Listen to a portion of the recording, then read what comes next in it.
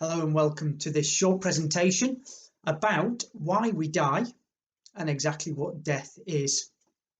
Seems an odd sort of question really, doesn't it, to say, well, why do we die? I mean, there's a very clear scientific answer to that, which is to do with our cells not reproducing quickly enough and our organs wearing out and packing up and our body giving in, and eventually it all comes to a stop.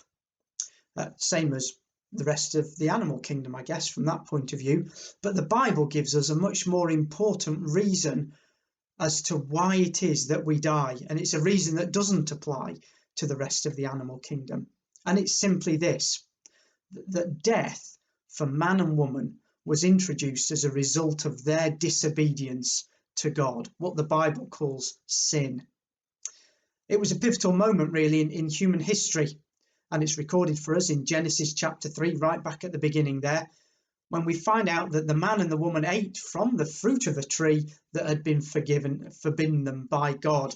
And because God is just, and because God was absolutely true to his word, then he gave the sentence on Adam and Eve as he had promised. Here's what we read in Genesis 3, that to Adam God said, "Because you listened to your wife and ate fruit from the tree about which I commanded you, you must not eat from it.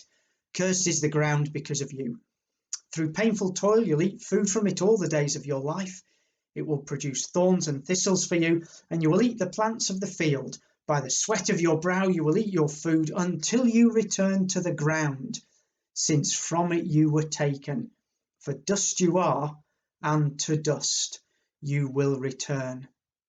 And so we see there that death for the man and woman was a direct consequence of their sin. And that became an inherent part of mankind's nature from that point onwards.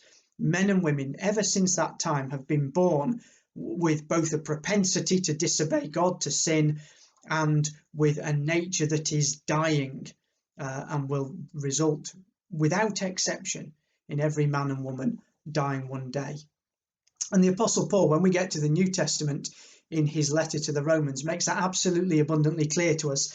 He says, repeating what's in Genesis, "Therefore, just as sin entered the world through one man, and death through sin, in this way death came to all people because all sinned."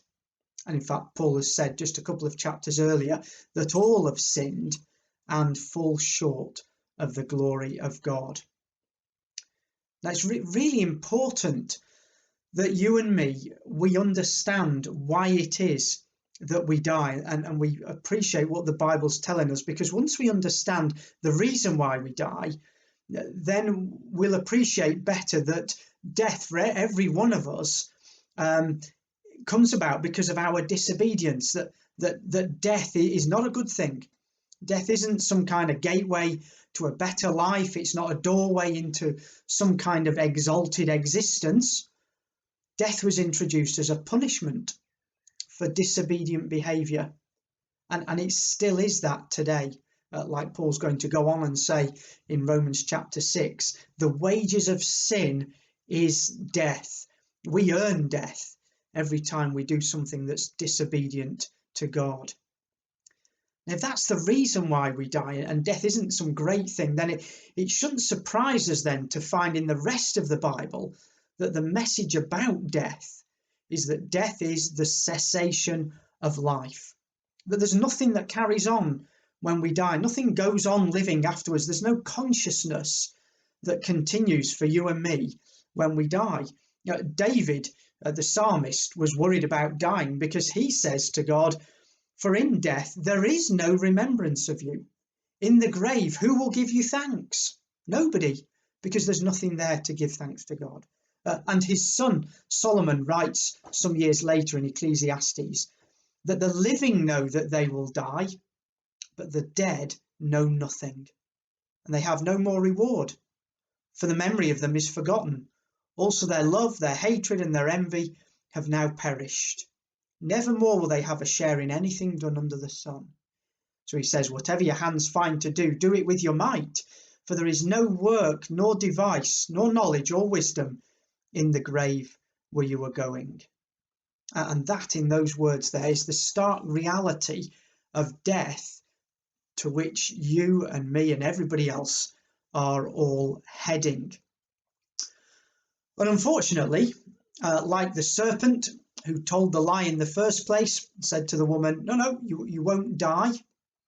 Many men and women have clung to that same lie over many centuries, believing that something does go on, that death isn't the end, that we have an immortal soul, or that we're reincarnated once we die, or some form of spirit life continues. That many men and women won't come to accept death for what it is, for what God intended it to be, not a reward or a step into something much better, but a punishment, and something therefore that naturally speaking you and I wouldn't look forward to. Now, once we get our heads around the reality of death, then we can appreciate much better the need for us to be saved. Because we need to be saved, first of all, from sin, because it's sin that leads us to die. And secondly, we need to be saved from death itself. And thankfully, that's exactly the hope that the Bible holds out for you and me. The Bible's message is all about salvation.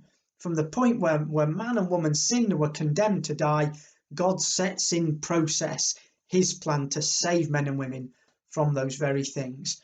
And in one of our next videos, we'll cover then this hope that the Bible has of the true hope of life after death. Not going to heaven, not sitting on a cloud playing a harp, not being reincarnated as somebody or something else, but living again on earth with a physical body.